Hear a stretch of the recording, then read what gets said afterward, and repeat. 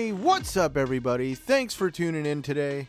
So if you ask me, things are looking a little bit like a wasteland out there from all the fallout that Jim Ryan's receiving, and it's no pun intended. But really, I called it, a lot of people called it. When there's a change in management as abruptly as Jim Ryan was put into position, you know things could potentially go bad, and it looks like they just might be. And just for a recap, Jim Ryan was made president of Sony Interactive Entertainment in February of 2019. Then abruptly Sean Layden leaves in September of 2019 under the guise of a very random tweet from Sony Interactive. You know, just a quick, hey, thanks for everything and don't let the door hit you on the way out. I'm looking forward to when Sean Layden actually writes a book. I would be really curious on what was going on inside the company at those times. Since Sean Layden's departure, Jim Ryan has gone full steam ahead and has started breaking down some of those sacred garden walls. Big example is there has been more PlayStation-based exclusive games starting to appear on PC more than ever. Now there was a good deal of fans that were not too fond of that idea, and they became even more outraged with the current news.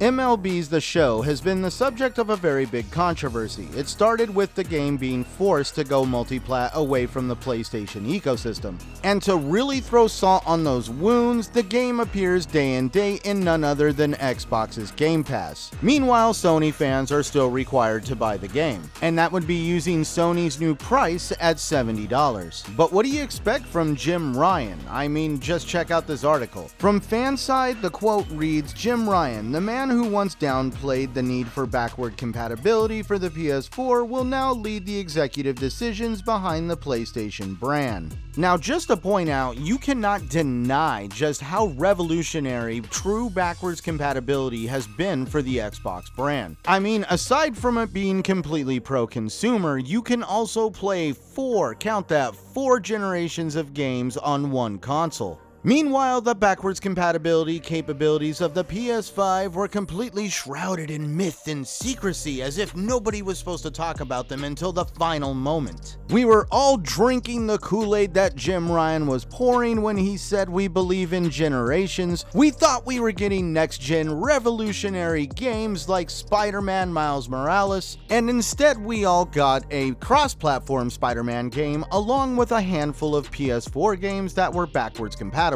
Honestly, at this point, I really hate to say it, but they should have taken some of that money that they used to purchase some very crappy DLC throughout the generation and really should have put it into revamping the infrastructure and making the PS5 itself a little better. Sorry to point out for some people, but since Xbox Live and PSN have been compared, PlayStation has always felt a step behind.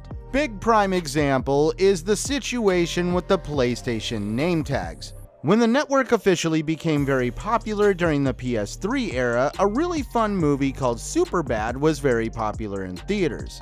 This led to a very large portion of PlayStation players to name themselves McLovin, or whatever other derogatory name we could create back then because hey, it was the PlayStation 3 era, it was the Wild Wild West. Over the years, we have made digital purchases under those names, growing our digital libraries. And for some, they have matured up and they are ready to let go of those derogatory names, and they have now found out about PlayStation's big mistake. That mistake is McLovin is technically your PSN social security number because they forgot to put in a customer ID system.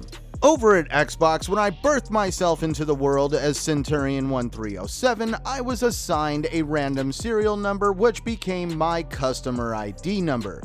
Everything I've done, bought, anything has been underneath that number. Every time I call Xbox, they see that number. Over on PSN, your name, good or bad, became your customer ID number. This made it to where PlayStation waited until fans were practically losing their minds to change their names. They created some system that would give you a customer ID number when you changed your name, but it wasn't completely 100%. PlayStation made it to where you, the consumer, would take all the risk in changing your name, because the customer ID number would probably not be assigned to everything that you have bought. Certain games or even features would stop working. The real half-assed state of the PSN network was exposed in 2011 when the world found out about the world's largest backdoor that left millions of people's info all over the internet. This left Sony and its consumers feeling the world's largest console hack at that point in time. 10 years later, to this day, it is only at second place. It was beat out by the console hack that took place a few years later, where Lizard Squad actually shut down both PlayStation and Xbox Live for Christmas Day. Back to the 2011 hack, PlayStation Network was down for a few months. When it was relaunched, it was under the guise of a welcome back campaign, giving customers who info was leaked all over the internet a paltry selection of games that they could have for free as an I'm sorry.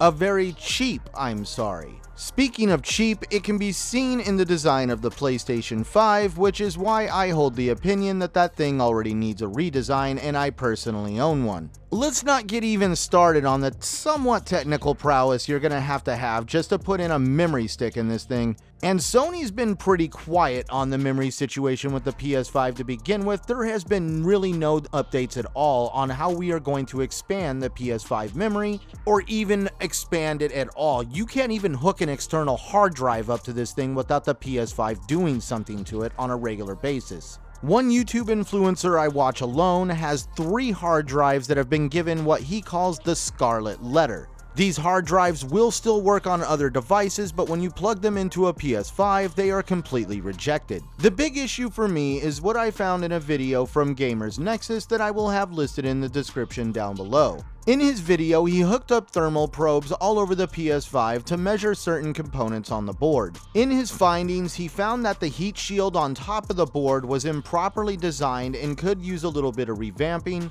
all because of a high heat reading he was getting off of one of the board's memory chips. It wasn't enough to cook the chip to the point of failure, but it was enough for him to point out that it is concerning.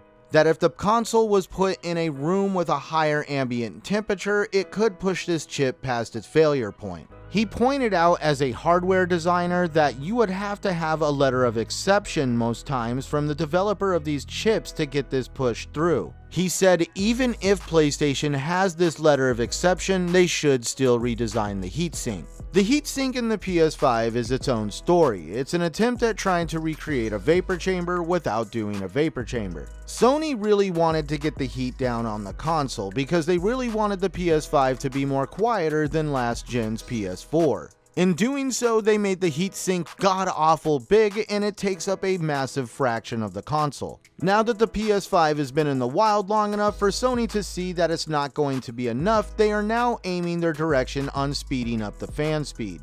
This could potentially affect one of the biggest upgrades over the PS4, and that is the quietness of the console. So when you stack up what's going on with the PlayStation 5 and what's going on with PSN, you're gonna need a very large cash influx to help kind of revamp the entire whole damn thing. But with somebody like Jim Ryan in the way, I really think there's gonna be a little bit of an uphill battle for something like that to take place. But just like Phil Spencer did for Todd Howard when Fallout 76 kind of bit him in the ass, us Xbox fans are going to be there for PlayStation fans to help you guys deal with the fact that technically Jim Ryan is potentially your guys' Don Matrick. Jim Ryan and Don Matrick had the same conceptual idea of coming in and throwing your weight around and making these heavy hitter deals. Instead, we've seen the success that Phil Spencer has had with the slow drip feed effect, and slow and steady wins the race.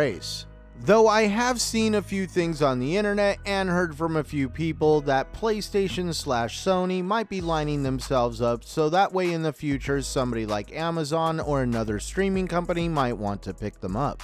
Well, friends and fam, here we are once again at the end. If by some chance you haven't subscribed already, please do so down below, as I try to not disappoint. Or at least I hope you won't be disappointed. But I don't go into this going, I want to make crap videos, you know, that's that stuff no one ever said. Unless you're that one guy who has a gimmick for making crap videos. I can't seem to remember his name right now. But I can promise my friends and family of the gamerhood that toxic BS doesn't really go down here. I just like to point out the facts. But until we meet again, everyone, thank you for tuning in. I have been your host, Centurion1307.